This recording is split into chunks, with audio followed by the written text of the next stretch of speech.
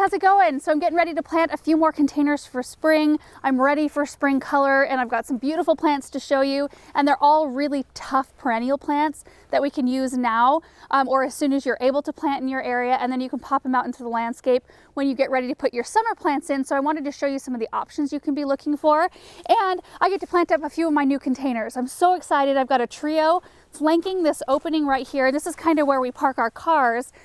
So it's a really nice kind of welcome entrance area, and I've been really inspired by several gardeners on Instagram, and I will try to remember to put their names down below so you can check them out. Most of them are from Europe, and they do these big groupings of containers like outside of doorways and like flanking walkways like this, just full of beautiful plants. A lot of times they do a monochromatic where it's like red or pink, and they do a bunch of variations of that color in that grouping of pots. Sometimes there's like 10 to 20 pots in the grouping, and so I'm not getting quite that big here because we do need to have space to park our cars, but I'm doing a little bit of that. So this pot right here I have up on risers just to give us a nice like stair step down. These pots were already here. I put those here last year, and then our lowest pot here.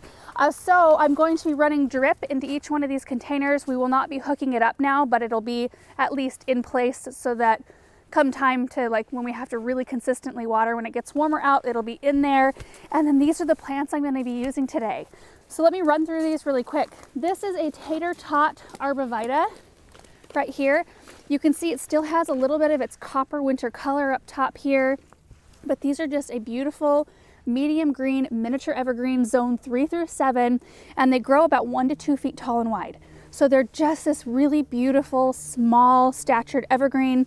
So if you've got a small spot in your flower bed that you want some winter structure, this is a really fun one to add. I have a couple of them nearby actually in one of our flower beds. And then we've got the Hopscotch Hookerella, zone 4 through 9. In fact, all of my Heuchera, I've got 1 Heuchera and 2 Heucherellas. They're all zone 4 through 9. This one grows about 10 to 12 inches, I want to say, tall and about 20 inches wide. But look at this new growth.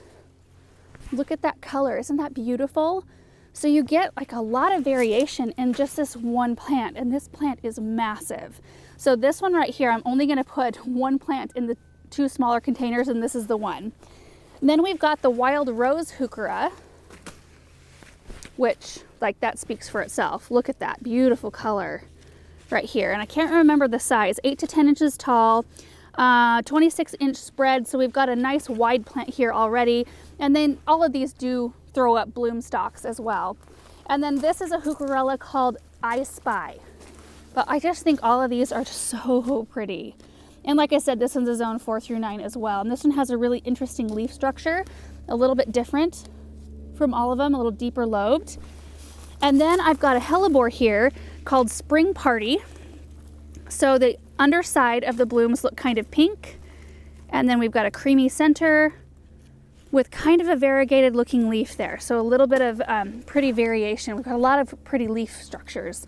We've got a Viola called Sorbet Pink Wing, which I think these are the sweetest violas, and then an ivy called Glacier, which is a nice kind of a frosty green variegated ivy. And then of course I do have Black Hills spruce up here in my English floral urns, which I planted late fall, early winter, and they were really pretty out here for the winter time. And I just have pine cones around the base, but I'll be taking these out and putting some violas around the base of this. So I've got my Espoma potting mix here and my Waterwise drip kit, and we'll be just getting these all set up and planted, and then we'll show you what they look like.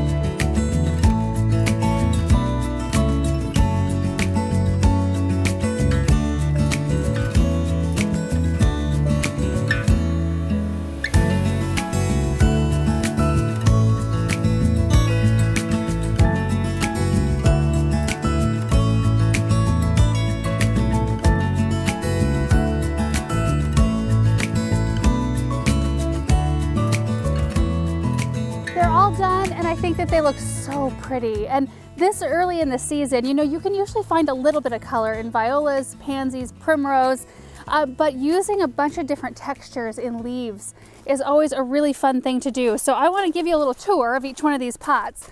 First off, so the Black Hills spruce stayed, and I had enough violas to do, I think 7 or 8 around the base of each one. So there was still quite a bit of soil left showing. So I went ahead and utilized some of the pine cones I already had in there just to top dress the soil a little bit. And these violas will fill in and they'll get really good size. So in no time at all, they'll be filling up this whole bottom section and they'll be full of color. And I love this light blue with the bright yellow. It looks very springy to me.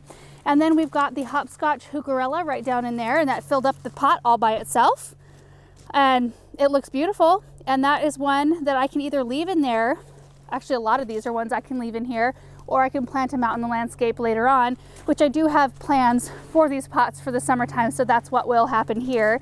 And then in this pot, there's only one additional plant I added that I didn't show you before, and that's this Dusty Miller right here. It just needed a little pop of something bright in that spot.